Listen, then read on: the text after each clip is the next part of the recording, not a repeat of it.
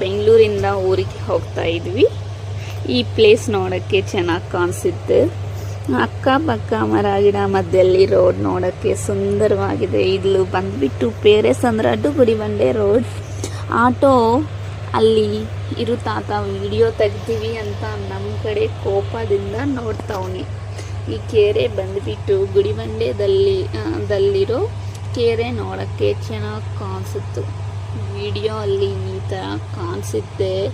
ಅಂದರೆ ಇಲ್ಲಿ ಒಂದು ಬೆಟ್ಟ ಇದೆ. ಬೆಟ್ಟದ ಮೇಲಿಂದ ನೋಡಿದ್ರೆ ಇಂಡಿಯಾ ಮ್ಯಾಪ್ ಥರ ಇರುತ್ತೆ ಅಂತ ಎಲ್ಲರೂ ಹೇಳ್ತಾ ಇರ್ತಾರೆ. ಈ ಗುಡಿಬಂಡೆಯಲ್ಲಿ ನಮ್ಮ ಅಕ್ಕ ಅವರು ಮನೆ ಇದೆ. ಮನೆಗೆ ಬಂದುಬಿಟ್ಟು ಮನೆ ಕೆಲಸ ಎಲ್ಲ ಮಾಡಿ ಹೂವು ಕಟ್ತಿದ್ದೆ. ಅಂದರೆ ಹೂವು ಕಟ್ಟೋಕ್ಕೆ ಅಷ್ಟೊಂದು ಕ್ಲಾರಿಟಿಯಾಗಿ ಬರಲ್ಲ, ಆದ್ರೂ ದೇವ್ರಿಗೆ ಅಂತ ಕಟ್ತಿದ್ವಿ. ಯಾಕಂದರೆ ಹೂವು ತಗೊಂಡು ಬರೋದು ಮರ್ತೋಗಿದ್ದೀವಿ, ಅದಕ್ಕೆ ಕೈಯಾರ ಕಟ್ಟಿದೆ. ಪ್ಲೇಟಲ್ಲಿ ಇರೋ ಹೂವು ದೀಪ ಇಡೋಕ್ಕೆ ಸಿಂಪಲಾಗಿ ಡೆಕೋರೇಷನ್ ಮಾಡಿ ಇಡ್ತೀನಿ.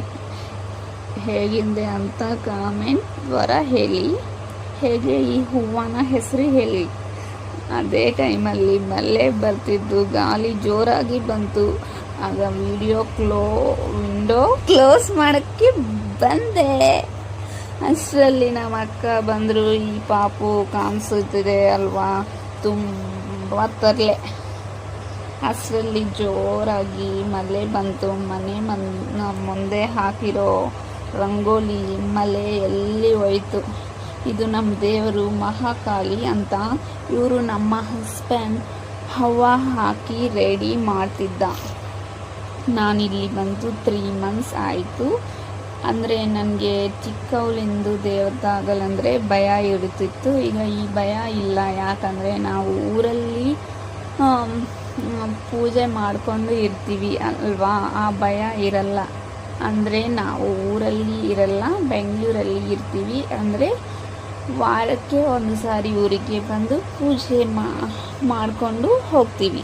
ಭಯ ಯಾಕಿಲ್ಲ ಅಂದರೆ ನನಗೆ ನಮ್ಮ ಅತ್ತೆ ಅವರು ಯಾವ ಥರ ಮಾಡಬೇಕು ಅಂತ ಇದೇ ಥರ ಮಾಡಿ ನಮ್ಮ ಹಸ್ಬೆಂಡ್ಗೆ ಹೇಳಿ ಮಾಡಿಸ್ತೀನಿ.